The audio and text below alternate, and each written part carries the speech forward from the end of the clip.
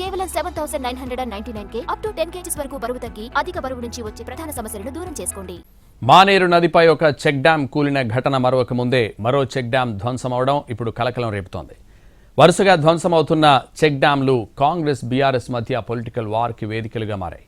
BRS హయాంలో జరిగిన నాసిరకం పనులే కారణమని కాంగ్రెస్ ఆరోపిస్తుంటే ఏ వరదలు లేని సాధారణ సమయంలో కూలిపోవడం వెనుక ఇసుక మాఫియా హస్తం ఉందని ఆరోపిస్తోంది ప్రతిపక్ష పార్టీ. దీంతో చెక్ డ్యాంలు కూలిపోవడం వెనుక నిజానిజాలు ఏంటనేది ఇప్పుడు ప్రశ్నార్థకంగా మారింది.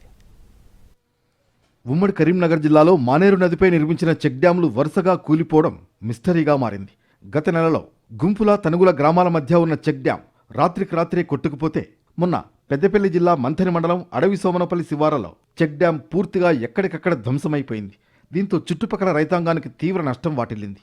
అడవి సోమనపల్లిలో మానేరుపై కట్టిన చెక్ డ్యాం కూలిపోయిందా లేకపోతే ఎవరైనా కూల్చేశారా అన్నదే ఇప్పుడు తేలాల్సిన ప్రధాన అంశం.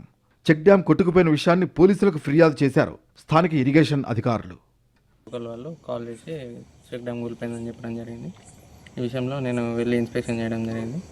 అక్కడికి వెళ్ళి చూస్తే వరదలు వచ్చిన కొట్టుకపోని చెక్ డ్యాము ఒకటేసారి కుంగిపోవడం కొంచెం అనుమానకరంగా ఉంది. చెక్ డ్యాం కూలడం రాజకీయ రంగు పులుముకుంది. ఘటనా స్థలానికి కాంగ్రెస్ నేతలు వెళ్లారు. బీఆర్ఎస్ హయాంలో జరిగిన నాసిరకం పనుల వల్లే కూలిపోయిందని ఆరోపించారు. మరోవైపు బీఆర్ఎస్ నేత మంథని మాజీ ఎమ్మెల్యే పుట్టమధు తన బృందంతో కలిసి అడవి సోమనపల్లిలోని చెక్ డ్యాంను సందర్శించారు. చెక్ డ్యాంను ఇసుక మాఫియా కూల్చివేసిందని ఆరోపించారు.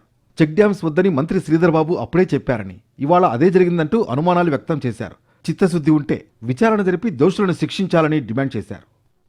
చాలా పెద్ద ప్రవాహం 12 లక్షల క్యూసెక్ల నీళ్లు పోయినప్పుడు తట్టుకొని నిలబడ్డటువంటి చెక్ డ్యాము ఇవాళ 1,00,000 క్యూసెక్లు నిలబడి ఉన్నాయి.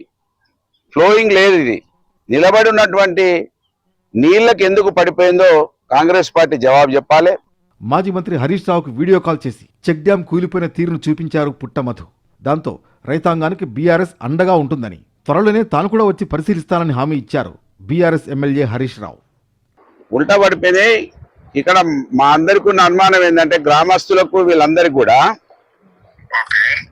గ్రామస్తులు 200 కుటుంబాలు రోజుకు చేపల మీద ఆధారపడి బతికేటోళ్ళు కళ్ళ ముందట నీళ్లు పోతాయి అని బాధపడుతూ